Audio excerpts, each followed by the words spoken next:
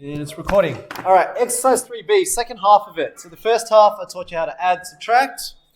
I got you to think about why it works as well. So if you've forgotten why that works, watch my video again. But for multiplying fractions, very simple. It is top with top, bottom with bottom. So it's not hard to multiply. In fact, most students prefer multiplying. But what they lack in, which is the second skill and the main skill that we're trying to teach you. This is not what we're trying to teach you. We're not trying to say 2 over 1 times 1 over 2. Most of you can follow top with top, bottom with bottom. And you would say 2 times 1 on the top. And on the bottom it's 1 times 2. Now let's calculate that. In the numerator, 2 times 1. 2 times 1 is 2.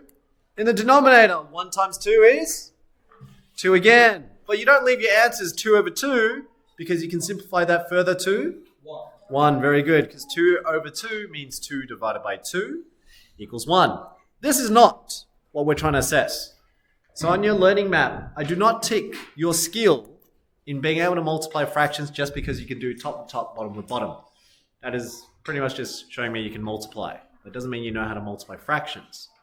What we're trying to get you to understand is that yes, it is top with top, bottom with bottom, but if I gave you this problem, 25 on 15 times 18 on 20, what we don't want you doing is doing something like 25 times 18 and then 15 times 20, because that's what most Year 8 students do. And why most Year 8s stop here is because either they can do the multiplication, so they can sit on the side and write out 25 times 18, do the algorithm, and write the answer. And then same thing, 15 on 20. 15 times 20, they can do that as well.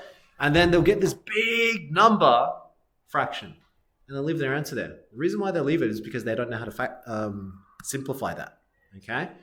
When you make it so big, it is really hard to simplify, which is why at Year 8 and Year 9, if you looked at any of those students who struggle with fractions, I promise you, they can't do this because they never learned the Year 8 skill.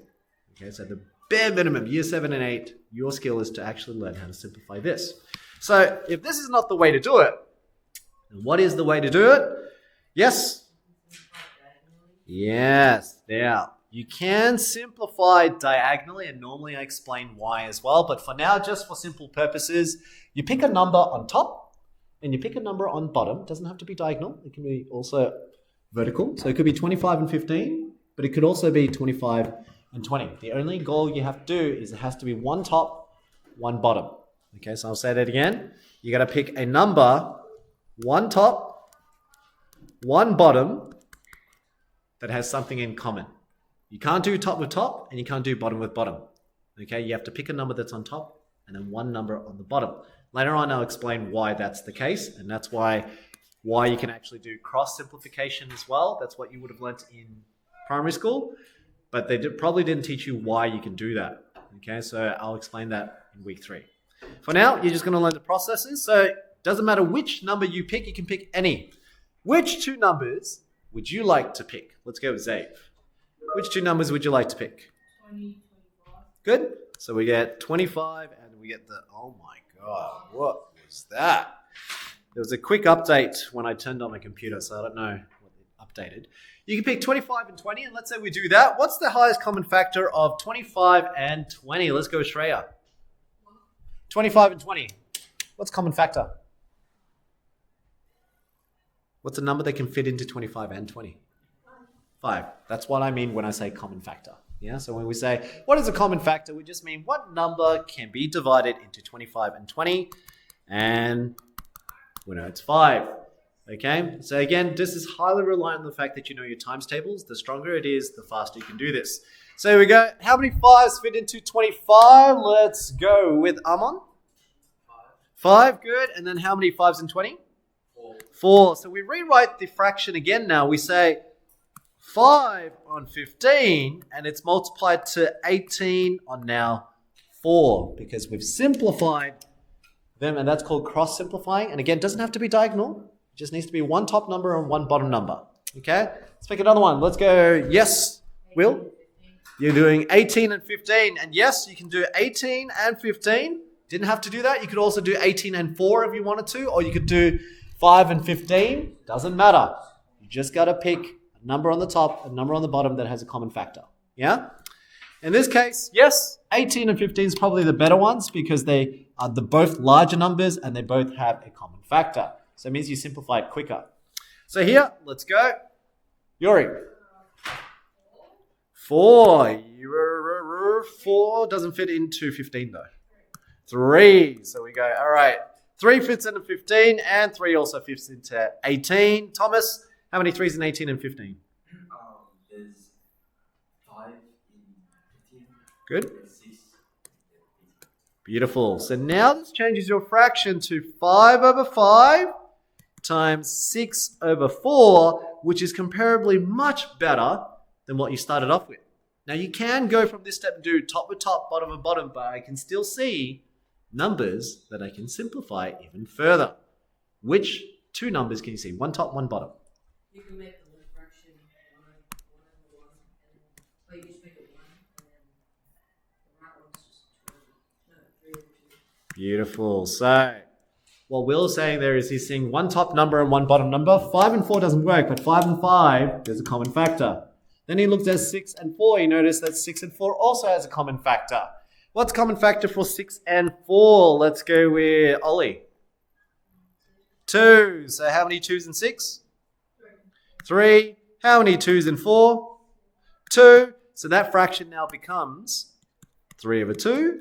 Whereas the 5 on 5, we know that 5 divided by 5 is 1, or you can rewrite it as 1 on 1. And now that is as simplified as it can get. That's the skill we're trying to test at year 8. We're trying to see if you can simplify a big multiplication fraction to the smallest you can before you multiply them. So now you can do top with top, bottom with bottom. 3 times 1 is 3, 2 times 1 is 2. Your answer is 3 on 2. Whereas, had you done this to begin with, if you had done 25 times 18, and you want to know what that is actually? You can do 25 times 20 and then minus 50 actually. But let's do 25 times 18. You can have 450. So had you done it this way, you would have had 450 over 15 times 20, 300. And then depending on your abilities, you can look at 450 over 300 and see what's the common factor and keep reducing. Some students do that. And if your factors are not too bad, you can probably eventually get there. But the students who, 1, struggle to simplify this big fraction, that means they'll likely struggle with multiplying to begin with. So they won't be able to do this step. And then if they happen to do that step and it's incorrect as well, they also don't know how to do this step. That's why a lot of students stumble when it comes to multiplying fractions. It's not the technique. Technique was pretty straightforward. It was top with top, bottom with bottom. The skill that you're struggling with most year 8s is factors. They struggle with factors because their times tables aren't strong or they're not as fast. So take your time. If you need to look at your chart for your times tables, do it. It's okay. Because the better you build your times tables, factors, and multiples, the faster and easier fraction is. So it's not that it's hard, it's tedious. Obviously, if you have a basic skill, like the foundations to mathematics, which is times tables, this will feel smoother. Okay, so really, if I had to tell a student to improve on fractions, what it would be, learn your times tables. Keep practicing. The better you are at it, the better your fractions will be. Yeah? All right. So that's the skill that I want you to do. So in 3 minutes, you want to pause the video. You're going to try the same thing. I don't want you to do 32 times 20 and 15 times 28, top, top, bottom, bottom. I want you to simplify it first, as far as you can, and then multiply it. Let's go. I'm going to pause the video. Let's check your answers. Here we go. Bam. Can I get a show of hands who got the simplest answer, which should be 32 and 21, or 1 and 11 over 21? Both the answers are correct. Hands up if you got that correct. Okay, that's about 60, 70, 70% of you. All right, cool. That's very good. That's the skill I want you to build. Okay, so by the end of this term, I expect this to be the skill. If I see it in your workbook, I see it in your test, I see it in your quizzes, a tick off your learning one based on that. Okay, if I don't see it, if I don't think it's there, I won't tick it. Yeah? All right, last skill, and then that's it for today. Can you flip over to the last page? Now, when it comes to fractions and then division, if you know multiplication, then you'll know how to divide as well. Now, I know in year 7, most of your year 7 teachers normally teach you, oh my God, why doesn't this? Most of your year 7 teachers would teach you an acronym to solve. So everyone remember dividing fractions. Apparently in year 7 your teachers taught you KFC. Does anyone remember what K stands for again? Keep the first. What's F? Flip the second. C. Change the sign. So division to multiplication. So here's the example. So KFC, keep the first one, flip the second one, change division to multiplication. So here's my first fraction, keep it. It's 3/4. That's why I kept it here. 1/5 is the second fraction. Flip it. So instead of 1/5, it becomes 5/1. C, change that division sign to multiplication, and then you're back to multiplying fractions again. Okay, and so if you're strong with multiplying fractions, which is simplifying, then you can do division as well. So division is just that one little step before you do multiplication again. And like I said in week 3, I will prove to you why this is the case rather than just memorizing KFC. But once you're up to this step, it's top with top, bottom with bottom. But before you do, check if there's any common factors. Are there any common factors? One top number and one bottom number? I was gonna ask, can you times the right angle by the reciprocal one instead? Or can you do it like this? No, can you change the one instead? No. You always have to do the one on the right. Always. And that's mathematically because of what that symbol actually means. It means divide. It means you're sharing. So what you're sharing, it's this one. And that's why I'm saying that the most common mistakes is when I give a student something like this.